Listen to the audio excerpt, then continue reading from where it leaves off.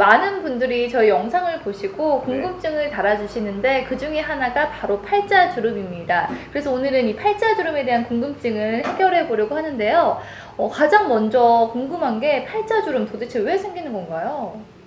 어떻게 보면 나이대에 따라 좀 다르거든요. 네. 나이가 드신 분들은 아무래도 얼굴이 처지니까, 아니면 살이 빠져서, 살이 빠지면 지방이 꺼지니까 팔자주름이 깊어지고요. 그 위에 있는 살들이 늘어져도 당연히 팔자가 깊어질 겁니다. 그런데 젊은 분들, 뭐 20대, 30대가 팔자가 조금 깊은 거는요, 네. 유전적인 영향도 조금 있고요.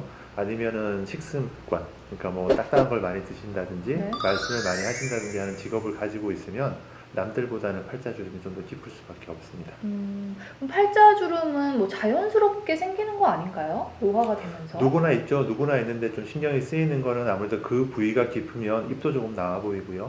아무래도 조금 나이가 들어 보이니까 친구들, 또래들보다 나이가 들어 보이면 아무래도 조금 기분이 좋지는 않죠. 그럼 이 팔자주름이요, 이렇게 자연스럽게 이어지면 입가주름으로도 이어지잖아요. 네. 그럼 그건 어떻게 해야 되나요? 해결책을 얘기하죠. 그러니까 반대로 생각하시면 돼요. 그래서 좀 꺼져 있다고 하면 채우는 쪽으로 생각을 하면 되고요. 네. 처져 있다고 하면 그 처진 부위를 위로 올려주면 되겠죠. 팔자주름 뭐 미리 예방할 수 있는 방법 이런 것도 있을 것 같거든요.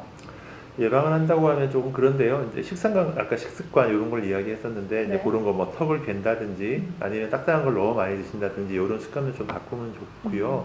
뭐 엎드려 주무시는 거 이런 것도 조금 영향을 주겠죠. 아니면 한쪽으로 너무 많이 잔다든지 아니면 손을 많이 댄다든지 하는 것도 영향을 줄 거기 때문에 그런 거를 조금 손을 안 댄다고 하면 도움이 될 거고요. 네. 너무 급격하게 체중을 빼는 거 이런 것들도 아무래도 팔자주름에 영향을 줄 수밖에 없습니다. 그럼 팔자주름 없애는 방법 같은 게 있는 건가요? 그렇죠. 이제 예를 들어서 아까 꺼진 거나 처진다고 표현을 했는데, 네. 꺼졌다고 하면 그 꺼진 부위를 채워야 되거든요. 네. 채우는 방법은 뭐 간단하게 하면은 필러, 주사제 같은 거를 채우는 방법이 있을 거고요. 네. 조금 더 수술적인 방법을 따진다고 하면 본인 걸로, 본인 지방 같은 걸로 좀 채워서 볼륨을 주게 되면 팔자주름이 많이 개선이 되게 되고요. 만약에 위쪽이 피부 자체가 많이 처졌다고 하면 제일 간단한 방법은 레이저 같은 걸 이용을 해서 피부에 탄력을 주는 방법도 있을 거고요. 네. 아니면 수술적인 방법으로 하면 뭐 실로 보상을 한다든지, 아니면 연세가 많이 드셔서 피부가 너무 많이 처져 있으면 그 안면 거상술, 피부를 절제하는 방법도 고려해야 됩니다. 실제로 이 팔자주름 때문에 병원을 찾는 분들이 많이 계신가요? 많으시죠. 그래서 그 부위가 하면 아무래도 입도 조금 나와 보이고요. 나이가 많이 들어 보이기 때문에 그 부위도 꽤 많이 나이대에 따라서 젊은 분들부터 시작해서 좀 나이가 있으신 분들까지 고민을 많이 하는 부위입니다. 그렇군요. 혹시 뭐 팔자주름에 대해서 궁금한 거 있으세요? 네, 뭐 필러나 지방 이식했을 때 표정이 안 지어진다거나 좀 있을 때 어색하다거나 그런 거에 대한 걱정도 있는데 그러네요. 그 부분은 어떨까요? 그러니까 제가 설명을 할 때 어떻게 하냐면 100% 없앨 수는 없다라고 이야기해요. 왜냐하면 애기들도 팔자주름이 없지는 않아요.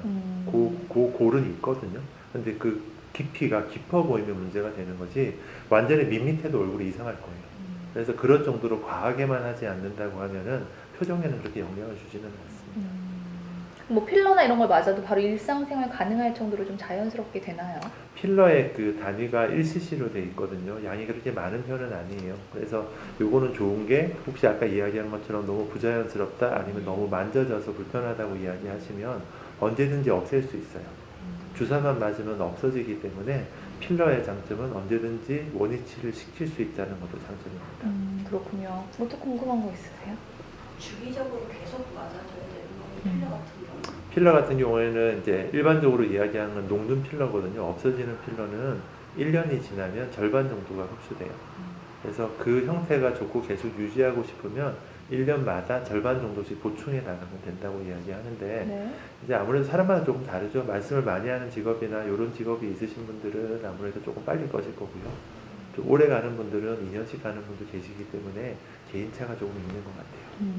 이 팔자주름으로 고민하고 계시는 분들한테 뭐 주의할 점이나 이런 것들이 있다면 좀 알려주세요.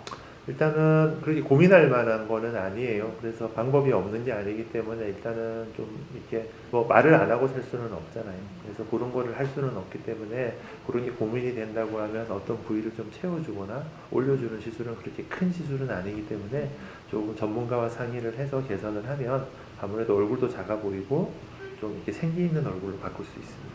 그렇군요.